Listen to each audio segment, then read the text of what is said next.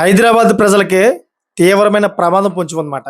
Present Hyderabad ప్రజలు ఎంత టెన్షన్‌లో ఉన్నారంటే నిజంగాను, పాపం వాళ్ళు వాళ్ళ యొక్క బాధని దిగమింగుకుంటా ఉన్నారన్నమాట. ఎవరికీ చెప్పుకోలేని పరిస్థితి.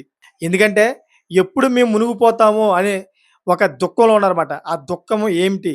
దేనివల్ల వచ్చింది? అనే విషయాలు ప్రతీది కూడా మీకు వివరిస్తాను. మీకు క్లారిటీ వస్తదన్నమాట. ఎందుకంటే నేటి సొసైటీలోని ఈ గవర్నమెంట్ తీసుకున్నటువంటి నిర్ణయాలు ఒకటి ప్రజలకి చాలా ఇబ్బంది కలిగించే విధంగా ఉంది. అంతేకాకుండా కొన్ని కొన్ని సార్లయితే ప్రజలే తెలియకంట ఆ ముసుగులో మునిగిపోతా ఉన్నారన్నమాట. ఎనక ముందు తెలియకంట కొన్ని కొన్ని ఆస్తులు కొనుక్కోవడం, ఆ తర్వాత దాని లింక్ డాక్యుమెంట్స్ ఏవైతే ఉన్నాయో దాన్ని పూర్తిగా చదవకంట అసలు ఇది ఎవరికి చెందిందో అని కూడా తెలుసుకోకుండా అయితే కొంతమంది గుడ్డిగా కొనడం. ఇటువంటి ఏవైతే ఉన్నాయో నష్టాలు, ఈ నష్టాలకి వాళ్ళు పాలవుతా ఉన్నారు. అసలు ఏం జరిగిందనే విషయం మనం పూర్తిగా తెలుసుకుందాం. ప్రెజెంటు హైదరాబాద్‌లోని తెలంగాణలోని ఎక్కడ చూసినా గాని హైడ్రా అనేది నడుస్తా ఉంది కదా! సీఎం రేవంత్ రెడ్డి గారు ఎవరైతే ఉన్నారో, సీఎం రేవంత్ రెడ్డి గారు ఏదైతే ప్రభుత్వ ఆస్తుల్లో ఎవరైతే ఇలాగ అక్రమంగా అయితే ఆక్రమించుకొని వాళ్ళు ఇల్లులు గాని, లేకపోతే పెద్ద పెద్ద కంపెనీలు గాని, లేకపోతే ఇంకేమైనా కట్టడాలు కట్టి వాళ్ళు సొంతంగా మా ఆస్తి అని చెప్పేసి అనుభవిస్తా ఉన్నారో, అటువంటి వ్యక్తులందరూ కూడా నోటీస్ ఇచ్చి వాటిలన్నిట్లు కూడా కూల్చివేసేశారు. సో, ఈ హైడ్రాకి ఎవరంటే హెడ్ ఈ రంగనాథ్ గారు. రంగనాథ్ గారైతే ప్రతీది కూడా చాలా క్షుణ్ణంగా చూస్తూ ఏదైతే ప్రభుత్వం ఆధీనంలో ఉందో అదంతా కూడా ఆయనైతే పూర్తిగా ఆధీనం చేసుకుంటున్నారు. ఎవరైనా కట్టడాలు కడితే గనుక దాన్ని పూర్తిగా కొలాప్స్ చేసి మొత్తం అంతా కింద పడేస్తున్నారన్నమాట. ఇటువంటి క్రమంలో చాలామంది ప్రజలు పాపం నష్టపోయారు. చాలామంది పేద ప్రజలు పాపం రోడ్డు మీద పడ్డారు. ఇయన్నీ మనం టీవీలో కూడా చూసాం. ఎందుకంటే దీంట్లో కొంతమంది ఉన్నవాళ్ళు ఉన్నారు ధనికులు. దీంట్లో లేని వాళ్ళు కూడా ఉన్నారు. కానీ ఇప్పుడు హైదరాబాద్ ప్రజలకే పెద్ద ప్రమాదం పొంచి ఉందన్నమాట. ఆ ప్రమాదం ఏంటంటే చెప్తాను మీకు. సో, ఇటువంటి ఈ పేద ప్రజలు చాలామంది తెలుసుకోక కొన్ని ఇల్లులు గట్టు కొనేస్తా ఉంటారు. ఎనక ముందు చూడరమాట. ఎవరో బిల్డర్ వచ్చి అమ్మేసాడు. ఈళ్ళు కొనేసుకున్నారు అంతే. దాని లింక్ డాక్యుమెంట్స్ ఏంటి? ఆ బిల్డర్ ఎవరి నుంచి కొనుక్కున్నాడు? ఆ బిల్డర్ కొనుక్కున్న వ్యక్తి, ఆ బిల్డర్‌కి అమ్మిన వ్యక్తి ఎవరు? ఆ వ్యక్తికి ఎవరు అమ్మారు? అయన్నీ కూడా లింక్ డాక్యుమెంట్స్ చూసుకొని కొన్ని వందల సంవత్సరాల కింద నుంచి అయితే మనం చూసుకుంటూ వచ్చామనుకోండి, ఈ లింక్ డాక్యుమెంట్స్ అనేది ఎవరి మీద ఉన్నదని మీకు అర్థమైపోద్ది.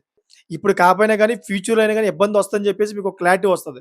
ఎందుకంటే ఎవరైనా ఒక ఆస్తి కొన్నప్పుడు 100% ఒక 100 సంవత్సరాల నుంచి అయితే పూర్తిగా లింక్ డాక్యుమెంట్స్ అన్నీ కూడా చూసుకుంటూ వస్తూ ఉంటారన్నమాట. దీనికి కారణం ఇప్పుడు కాపోయినా గానీ, రాబోయే కొన్ని రోజుల్లోని ఎవరైనా గానీ కేస్ వేస్తే, ఈ ఆస్తి మాది. అక్రమంగా అయితే వీళ్ళకి అమ్మేసారని చెప్పేసి ఎవరైనా కేస్ వేస్తే గనక మనం బుక్ అయిపోతాం. అందుకని చెప్పేసే చాలామంది లింక్ డాక్యుమెంట్స్ చూసుకుంటారన్నమాట. కొంతమంది గుడ్డితనంగా డబ్బులున్నాయి కదా! అని కొనేస్తా ఉంటారు. అలాగే బుక్ అవుతుంటారన్నమాట. ఇప్పుడు అదే విధంగా హైదరాబాద్ ప్రజలు కూడా బుక్ అయ్యారు. ఏ విధంగా అంటే ఏదైతే ఇప్పుడు హైడ్రా ఉందో, హైడ్రా ఏరియాలోకి కొన్ని వేల మంది ఇల్లులైతే వచ్చాయంట. చూడండి ఒకసారి. కొన్ని వేల మంది ఇల్లులు దాంట్లో వచ్చాయంటే దగ్గర దగ్గరగా 5,000 కుటుంబాలుంటాయంట. హైదరాబాద్‌లోని ఈ హైడ్రా ఆధీనంలోకి వచ్చే కుటుంబాలు. ఇది కూడా ఎలా తెలిసిందంటే కొంతమంది పాపం ఇల్లును అమ్ముకుందామనో, లేకపోతే ఇల్లును కొనుక్కుందామనో కొంతమంది రిజిస్టర్ ఆఫీస్‌కి గట్టా ఎళ్తా ఉంటారు కదా! అలా ఎళ్ళినప్పుడు ఇయన్నీ కూడా బయట పడినియంట. అలా ఎళ్ళిన తర్వాత మీ ఇల్లుని మీరు అమ్మలేరు. ఎందుకు అమ్మలేరంటే ఈ హైడ్రా ఏదైతే ఉందో, ఈ హైడ్రా ఆధీనంలో ఉంది మీది. మీది ప్రభుత్వానికి సంబంధించిన ఆస్తిలా కనిపిస్తుంది. అందుకే మీ దాని మీద నోటీసులున్నాయి. మీ దాన్నయితే మీరు అమ్మలేరు. అది ఎప్పుడైతే క్లారిటీ అవ్వదో అప్పటిదాకా అమ్మలేరని చెప్పేసి, ఈ రెవెన్యూ డిపార్ట్‌మెంట్ వారు ముక్కుసూటిగా చెప్తున్నారంట. కొంతమంది కొనుక్కోవడానికెళ్తుంటే ఇది రిజిస్ట్రేషన్ అవ్వదు అని చెప్తున్నారంట. ఎక్కడైతే ఈ రిజిస్ట్రేషన్ ఆఫీసులు ఉంటదో, ఈ రిజిస్ట్రేషన్ ఆఫీస్ దగ్గర వాళ్ళు చెప్తున్నారంట. ఇది హైడ్రా ఆధీనంలో ఉంది. మీరు కొనుక్కోలేరని చెప్తా ఉన్నారంట. చూడండి ఒకసారి ఇలాగా ప్రజలు ఈ డి ఈ విధంగా అయితే ప్రజలు ఈ రిజిస్ట్రేషన్ ఆఫీస్‌కి అంతేకాకుండా ఎంఆర్ఓ ఆఫీస్‌కెళ్తే గాని తెలియట్లేదన్నమాట. అంటే ఈ విధంగా చూసుకుంటే మొత్తం ఒక 5,000 కుటుంబాలు అక్కడ హైడ్రా ఆధీనంలోనే బలైపోయే అవకాశం ఉందని చెప్పి చెబుతూ ఉన్నారు. వాళ్ళ ఆస్తులన్నీ కూడాను ప్రభుత్వం లాగేసుకుంటదేమని చెప్పేసి బిక్కుమని చెప్పి పాపం బతుకుతా ఉన్నారు. ఎప్పుడు ఏమవుద్దో తెలీదంట. ఎందుకంటే చాలా అపార్ట్మెంట్స్ రాశారు. ఎందుకంటే 12 సంవత్సరాలు, 13 సంవత్సరాల నుంచి కొన్ని అపార్ట్మెంట్స్ ఉన్నాయి. పెద్ద పెద్ద అపార్ట్మెంట్స్ దాంట్లో కనీసం ఒక 10,000-15,000 మంది కుటుంబాలు బతుకుతా ఉన్నాయంట. అంటే ఒక అపార్ట్మెంట్ కాదు. హైదరాబాద్ వ్యాప్తంగా చాలా అపార్ట్మెంట్స్. ఇటువంటి అపార్ట్మెంట్స్ అన్నీ కూడాను హైడ్రా ఆధీనంలోకే ఉన్నాయని చెప్పేసి చెప్తా ఉన్నారు. మరి ఈ అపార్ట్మెంట్స్ కట్టినప్పుడు 100% లీగల్‌గా ఆ డాక్యుమెంట్స్ ఏమున్నాయో, ఈ డాక్యుమెంట్స్ అన్నీ కూడా చూసే కట్టుంటారు కదా!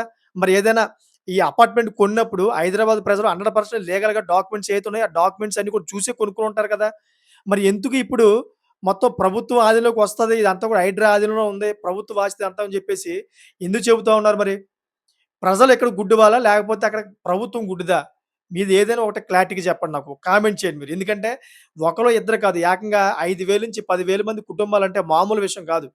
వాళ్ళందరూ కూడా రోడ్డున పడిపోతారు. ఎంతో కష్టపడి చెమటోర్చి పాపం రూపాయి, రూపాయి గట్టా పోగెట్టుకొని కొంతమంది చిన్న, చిన్న ఉద్యోగాలు చేసుకొని పాపం లోన్‌లు గట్టా పెట్టుకొని 40,00,000, 50,00,000 లోన్‌లు గట్టా పెట్టుకొని పాపం ఈ ఫ్లాట్‌లు గట్టా కొనుక్కుంటా ఉన్నారు. మరి అటువంటియన్నీ కూడా ప్రభుత్వం లాగేసుకుంటే వాళ్ళు ఎక్కడికెళ్తారు చెప్పండి?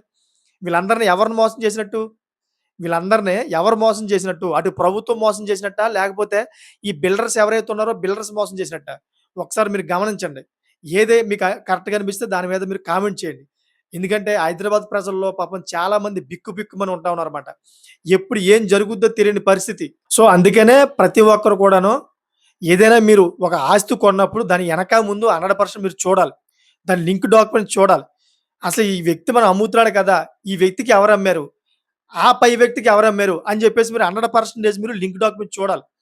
ఈ ఆస్తంతా కూడాను ఇప్పటి దాకా ఎవరి నుంచి వచ్చింది అని చెప్పేసి మొత్తం కూడా క్లారిటీగా చూస్తే రేపొద్దున మీకు ఇటువంటి సమస్యలు రావు. ఎందుకంటే ఏదైనా సమస్య ఉంటే గనక ఒక 100 సంవత్సరాల క్రితం సంబంధించిన జనరేషన్ ఏదైతే ఉందో ఆ జనరేషన్ పట్టుకొని ఇప్పుడొచ్చి కేసేసే అవకాశం ఉంటదన్నమాట. ఎందుకంటే మా తాతల ముత్తాతలదండి అది. అప్పుడు మా తాత అన్యాయంగా అమ్మేసాడు. మా వాళ్ళ యొక్క సంతకాలు గట్టా లేకుండాను. ఇప్పుడు వాళ్ళ మనవళ్ళు మేము మాకు చెందవలసిన ఆస్తిని మా తండ్రయితే మా సంతకాలు గట్టా లేకుండా అమ్మేసాడని జెప్పేసి, ఈ విధంగా ఎవరైనా కేస్ వేస్తారన్నమాట. ఎందుకంటే దానికి లీగల్‌గా హక్కు ఉంది గాబట్టి. అందుకనే 100% ఈ డాక్యుమెంట్స్ గట్టా చూసుకోండి. ఎందుకంటే హైదరాబాద్‌లోని ఏయైతే ఫ్లాట్స్ ఉన్నాయో, ఈ ఫ్లాట్స్ అన్నీ కూడా చాలా మంది కొనుక్కుంటా ఉన్నారు. పెద్ద పెద్ద అపార్ట్‌మెంట్సు, రిసార్ట్‌లన్నీ బోలెబోలెడన్ని కడతా ఉన్నారన్నమాట. ఇయన్నీ కూడా కొనుక్కోవడానికి సిద్ధమవుతా ఉన్నారు. కానీ ఆ ల్యాండ్ ఎవరిదనేది కూడా ఎవరు గ్రహించట్లేదు. ఈ ఫ్లాట్ ఏదైతే ఉందో ఫ్లాట్ కొనేసుకున్నాం కదా! మా సొంతం అయిపోయింది. చక్కగా బతుకుతున్నాం అని చెప్పేసి అనుకున్నారు గానీ, ఆ ల్యాండ్ ఏదైతే ఉందో ఆ ల్యాండు మనదా? కాదా? అతను మనకి ఇచ్చాడు. అది నిజంగానే మనకి చెల్లుతుందా? లేదా? అని చెప్పేసి మాత్రం గ్రహించట్లేదు మాట. ఇలాగా ఒక రకంగా చూసుకుంటే హైదరాబాద్‌లో రియల్ ఎస్టేట్ ఎవరైతే వ్యాపారస్తులున్నారో, ఈ రియల్ ఎస్టేట్ వ్యక్తులు కూడాను తీవ్రంగా ఇబ్బందులు పడుతా ఉన్నారన్నమాట. ఇప్పుడు ఎవరికీ చెప్పుకోలేని పరిస్థితిలో ఉన్నారు వాళ్ళు. ఎందుకంటే ఆల్రెడీ అపార్ట్మెంట్స్ అమ్మారు. కొన్నేమో సగం అమ్ముడుపోయాయి. కొన్నేమో అలాగే ఉన్నాయి. ఎప్పుడైతే ఇప్పుడు రిజిస్ట్రేషన్‌కెళ్లారో రిజిస్ట్రేషన్‌కెళ్ళిన తర్వాత అదేమో రిజిస్ట్రేషన్ చెల్లదంటున్నారు.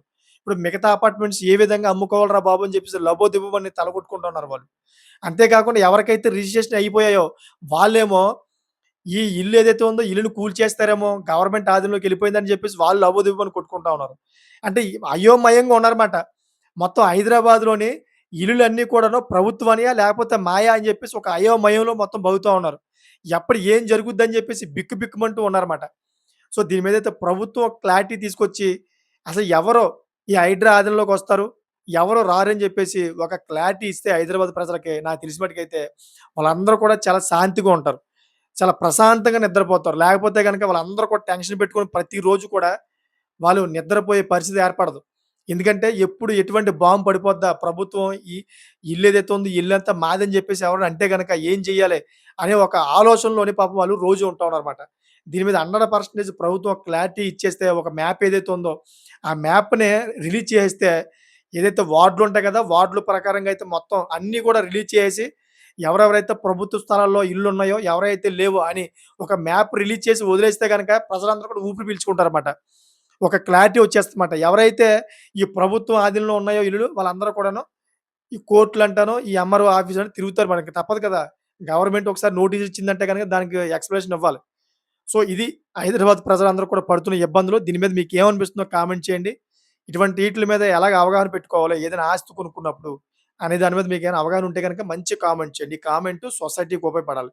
అందరికి ఉపయోగపడేలాంటి కామెంట్ పెట్టండి. ఉల్టా పుల్టా కామెంట్ పెట్టడం వల్ల ఏం ఉపయోగం ఉండదు. సో, చూసారు కదా! ఇటువంటి లేటెస్ట్ ఇన్ఫర్మేషన్ ఎప్పటికప్పుడు ముందు తీసుకొస్తా ఉంటాను. నా ఛానెల్ సబ్స్క్రైబ్ చేసుకోండి. Thank for watching friends.